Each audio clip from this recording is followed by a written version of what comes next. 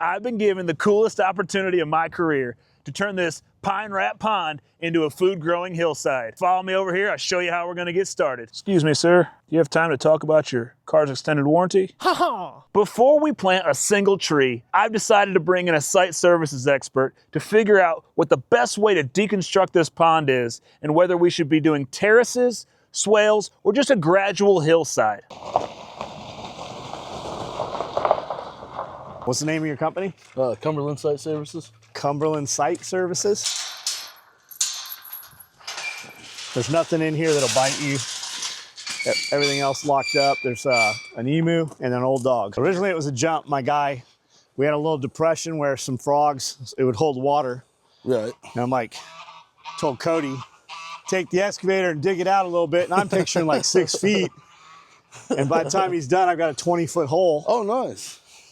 And then my guys who were here a few years later, they kind of came in and made this monstrosity. It was not ever originally as tall as this wall, this dam is. Gotcha. They built it up, and then they built it around trees, so it leaks and killed the trees. So it's just it's a mess. They didn't put a keyway in it. No, It just, nothing. Just leaks out. Well, we didn't know nothing about building a dam or nothing. It was good for about 6 months. Right. That's probably as high as it gets, doesn't it? No, it'll fill. It'll fill all the way up, and then it pisses out. Gotcha. It just won't hold. Slowly drains it off. Yeah. So we had it originally, there was a hill here, and all the water that came down, we had a berm and it funneled it all right in. So it kept it pretty top.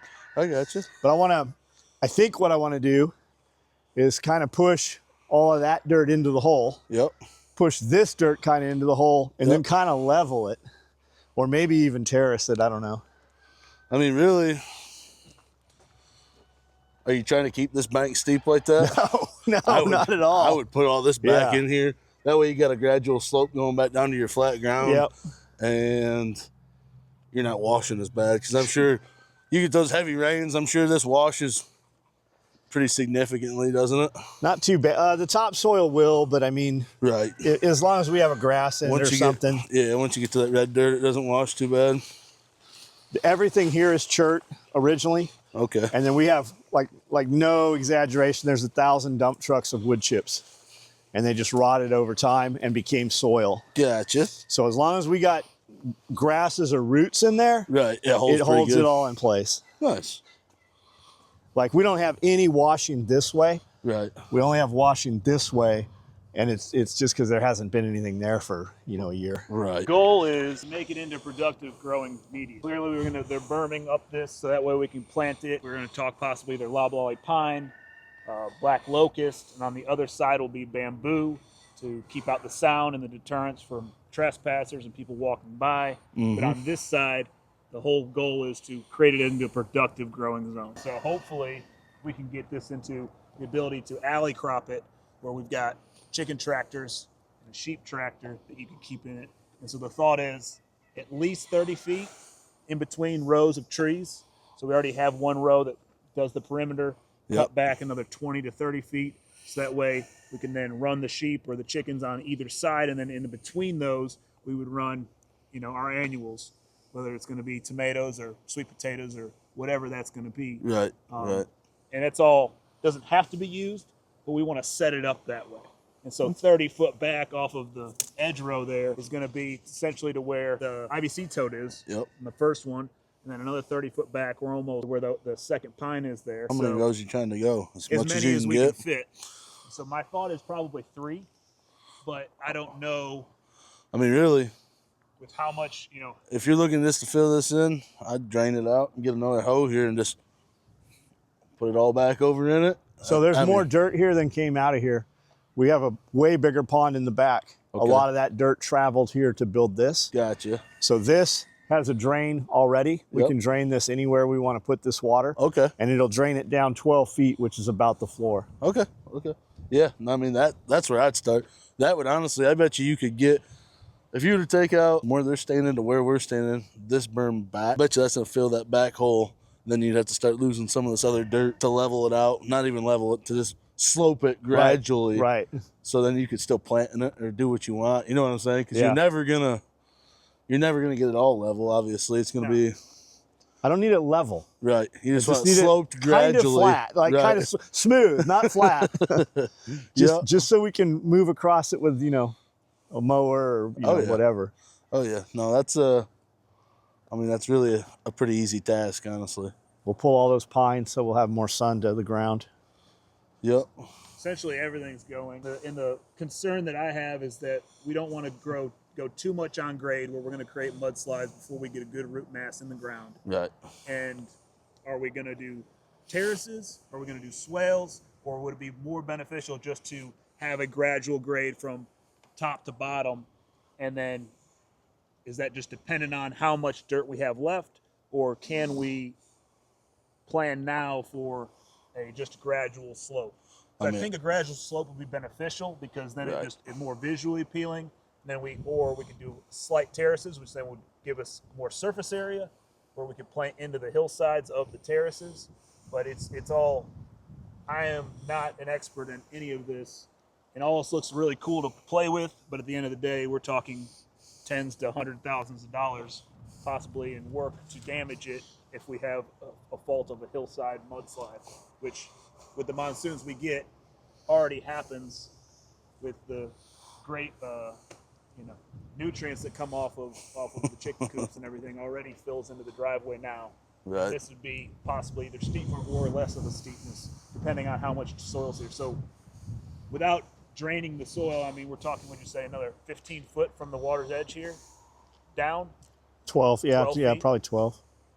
What do you? You'd have enough dirt here to slightly taper this all the way out to where you guys are talking. Okay. I mean, that's. And we wouldn't need to do any terracing or. I wouldn't. No. What kind of equipment would you use for that? Personally, all depends on the amount of time you want to take to do it. If you want to make it happen, I'd have a big hoe and a dozer here and two guys that know what they're doing and that work well with each other and just make it happen.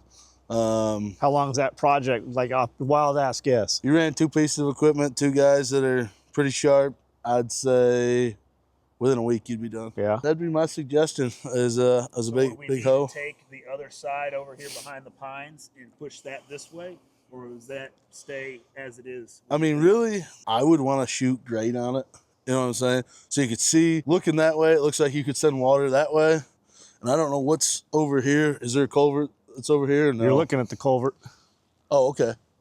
Then yeah, you could send water back to it to run off. So you want to put some sort of swale around the top side, or a swale is what you're gonna want to put in there. Water harvesting ditch on contour. Right, and then send as much as you can towards the woods and as little as possible back to the culvert, so you're not flooding that culvert out. Optimistically, the perfect machinery with the right crew, we're talking a week. Yep. What is a week worth of that work? What is that going to run us estimate wise? 20 grand, 80 grand? So I'm guessing we rented a D3, which is the new D5 basically, for a month. That was 8 grand. So for a week, you're probably looking at 4 grand with trucking, with a hoe. If you had a 320 here, a 323, something like that. Say your rental fees are between 8 and 10 grand, depending. And then labor time, you're probably looking at another 10 to 15, maybe a little cheaper. Plan for 30, hope for 20. Right, exactly. That seems reasonable. I mean, as far as like it being done properly. Right, And yeah. not, Jimbo and Bob up the road who's like, oh man, I can do that for 10. With Did a you just trap. say Cody and John? Are you going to take out these pines here too, or no? I don't want to. I want to have the shade for the animals, but Okay. yeah, we probably need to, because this paddock here won't get any sunlight otherwise. Right. Yeah, I'm gonna walk over there and check that out. I mean, it obviously gets something because it'll grow. right. It grows all the time. We've just been running tracks over it the last couple of weeks. I mean, we're going to catch shade off that lean-to anyways. Yeah. Even if we take them out, we're going to catch shade there. Right. And a lot of these are standing dead. They're dying off. Right. Now looking at it from this side too, you do have pretty good fall out into these woods, so you'd be able to put a nice swale in here where you could run a mower through it. You can run a four-wheeler across skid steer, and you're not doing one of these. You know what I'm saying? So you could make a nice gradual swell. Yeah, we'll show them. We'll show you the swales in the back. They're more like, they're about this deep. Ditches. Yeah, they're like fighting positions. Fighting position in case someone comes in from the back. Yeah.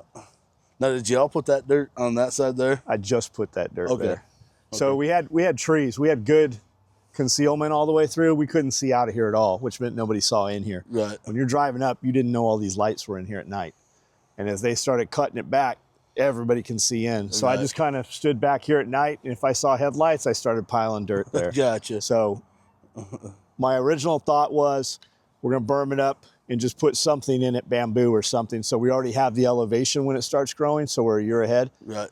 I don't know that that's the best idea, but we've got this dirt if we want to use it for something. Right, right. And we probably, like when we plant, it probably needs to be 2 stages, because if we put something fast growing here, whatever we put behind it is going to be super slow growing or even stunted. Mm-hmm. So unfortunately, we probably need to plant the backside first and then come in and do the front, or do something slower in the front, or stagger it and then fill it back in, you know, on a second planting, space them more. So with your experience, and I know a lot of irrigation and, you know, things of that nature, is what we're talking about, what you would do.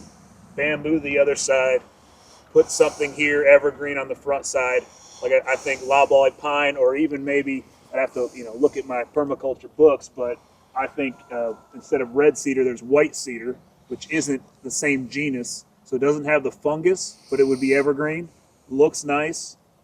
And then black locust, or we were looking at empress tree, but from looking at it, when you get into high winds, they split and crack, which it gets super windy here because you know, I like the locust, but we have to have something in there with it behind it that's green, because when the leaves come off, you're going to see straight in. Right. Locust would be on this side.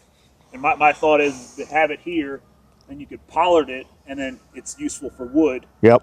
And so that way we're getting something useful besides just a visual deterrent. Right. And we don't even need to plant the locust, because if we've got the bamboo and then something evergreen on this side, if they ever come and spray your bamboo on, you know, other side of the fence, you have your own green. That was my thought, to have a double layer of green. That's a good idea. Just now you can also see on the back side here that slope. Your slope for everything would be pretty similar to what's here on this side. Like right here? Yeah, if not a little bit gentler when you come out over towards that other gate. The goal would be to use the four-wheeler, or for, you know, if we had to, humans to move those tractors. Right. If fuel becomes ever an issue, having to use 2 or 3 guys would be a lot easier than, you know. And so by keeping it as gradual as we can, and then this breeze that comes east to west or west to east, depending on the storms, hate for it to flip down the hill. Right.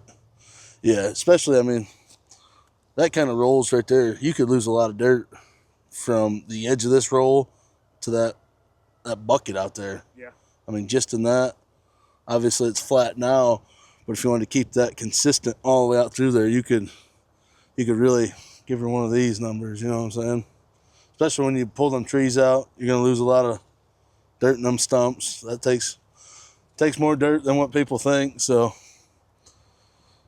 And then really you could just come back wherever you needed to. Like I said, you'd have to shoot grade on it, but you could start and ditch it all the way along the fence on this side. Put a nice ditch in there. Let all your water run back over here, hit the culvert, and be out. Pretty straightforward job, honestly. For you. Hey, it's just a little dirt. You can do anything with dirt.